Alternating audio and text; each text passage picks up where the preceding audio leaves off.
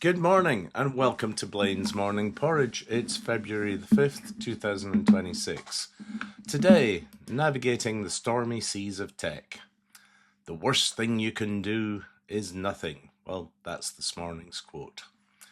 Where are the tech markets and AI heading? Are we due a meltdown or a melt up? Will the bubble bust? Or do the current ructions that we're seeing in stock market prices reflect growing uncertainty on which direction the upside lies? There is plenty to consider when trying to predict where AI and tech eventually go. But what we do know is that AI is going to change the world as much as steam and industrialization and computing have all done. And technology is constantly evolving. And to play markets, we need to take a view. Doing nothing is never an option. Now, it has been a funny old market in tech these last few days, as volatile as broken glass is sharp and as unpredictable as Brownian Motion in a teacup, although this is coffee. Strip away the noise and fear around the potential quietus for Oracle on its unsustainable debt burden, or how few chips Nvidia might now sell, or how much open infrastructure OpenAI is never going to build, and how far down the wrong roads Microsoft has traveled, or even how Google will end up owning us all, and try and figure out how much the AI revolution will change the world, because it will. And from my perspective, there's broadly three things to think about. The first is winners and losers. Predicting winners and losers depends on multiple tangible and intangible factors. The trading approach is to read the market sentiment and what its weighted belief is.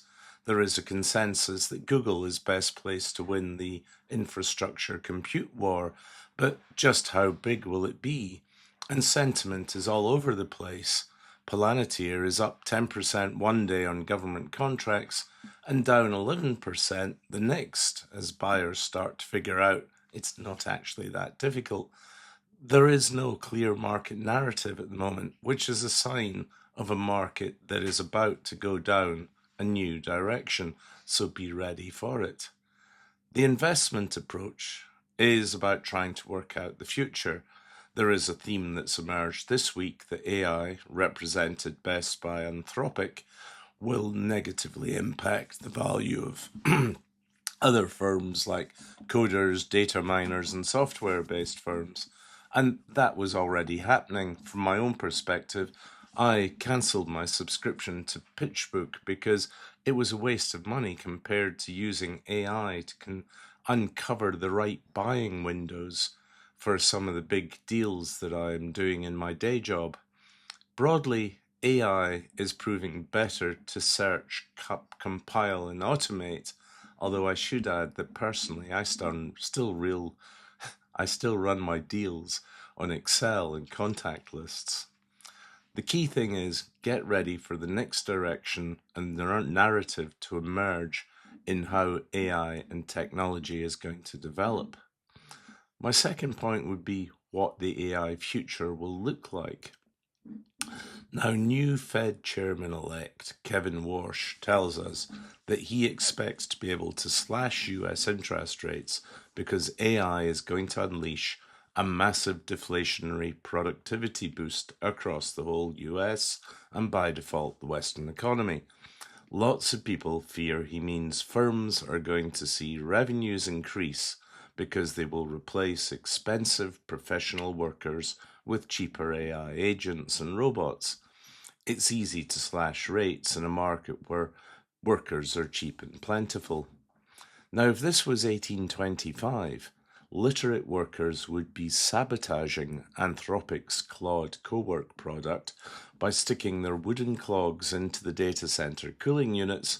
Mobs of accounting and legal Luddites would be sinking barges, transporting chips and computing gear, and bankers would be dressed up in Rebecca dresses, burning down the windmills providing the power, while the printing and underwriting city guilds would be demanding the king slings AI billionaires into bottomless dungeons And the king would probably agree, fearful of the power of the mob who fear unemployment, remembering well what happened in France just 36 years previously. Today, Luddites are no longer a thing. Today, middle class workers will probably vote for it, happy the value of their alphabet stock is rising even as their jobs come under threat.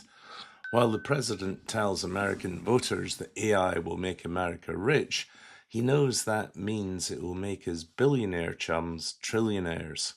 And there are vague mutterings about how the weaker dollar will enable the return of American manufacturing to keep the mob happy with new jobs. But is that really going to happen? No, it will not. Here in Blighty, that's the UK if you're from overseas, we've less to worry about. Over the last decades of government as a game of competitive incompetence, the multiple haverings about the importance of AI have resulted in the UK becoming an AI powerhouse equivalent to the Austrian Navy's dominance of the North Atlantic, or something like that. On the other hand, while guilds and Luddites predict the worst from new technologies and have always done so historically, and Malthus predicted we'd all starve if we got rich and healthy, these things don't happen. AI will change the way we work and the jobs we do and how we do them, but we will still have to work. And how it happens, and how violent or smooth the transition period is, and how society adjusts what could be further widening income and opportunity differentials is going to be critical. Now, democratic societies can't stay unfair for long without rising social tensions. MAGA is actually a very good example of that. Populism one's votes when people feel left behind by growing injustice and unfairness. But Trump has now become the poster boy for the billionaire set who want more of the pie. Social tensions and wealth inequality is going to get really interesting in coming months. Now, the third thing I want to think about when it comes to where AI and tech is going is hegemonic change. The history of the global economy is the history of hegemonic change. Every 100 to 120 years, we have a K2 event, that's two Kondrativ cycles, where the previous global hegemon finds its strength waning as new competitors arise. Typically, the incumbent hegemon will have become so through its dominance of economic change, production, and new technology. In the case of the UK, the rapid industrialisation, the rollout of railways and steamships, and naval ascendancy characterised the age of the British Empire, which ran for about 120 years. But towards the end, Germany became the threat, outproducing Britain and leading to the dreadnought race ahead of World War I, which left the UK exhausted and the USA as the global strongest economy. But it wasn't until World War II that the USA demonstrated its true strength as the arsenal of democracy, and then its unsurpassed ability to shift from a wartime economy to a consumer economy as the boomer generation outcompeted the world. Today, the USA is still the largest single economy and leader in technological evolution, but China is the new global manufacturer. Now, periods of hegemonic change also see technology shifts. By 1960, during the First World War, the Germans were actually building better battleships than the Royal Navies. Today, China is building technology that competes directly with America. DeepSeek might be built on nicked information and tech, but China is pioneering different routes to artificial intelligence through open weight, open systems, smaller language models, and it identified the power requirements earlier. Paths diverge and markets follow the path that looks most attractive in terms of total size and returns, which is another reason for thinking America will not always be the center of the technological markets. Whether China ever does become the new hegemonic state, and we all shift to Chinese technology, is debatable given the increasingly fractious state of geopolitics and conflict risks. But just think about it this way. 50 years ago, Japanese cars were seen cheap and shoddy.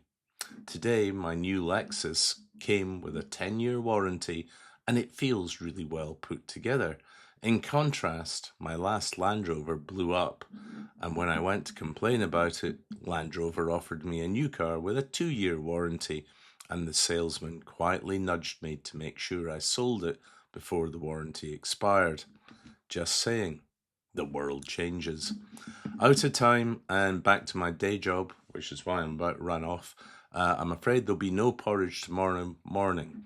You can get the morning porridge on www.morningporridge.com, and if you sign up, you'll get the email delivered fresh to your mailbox every morning. Thanks very much for your attention, and I'll be back next week. Cheerio.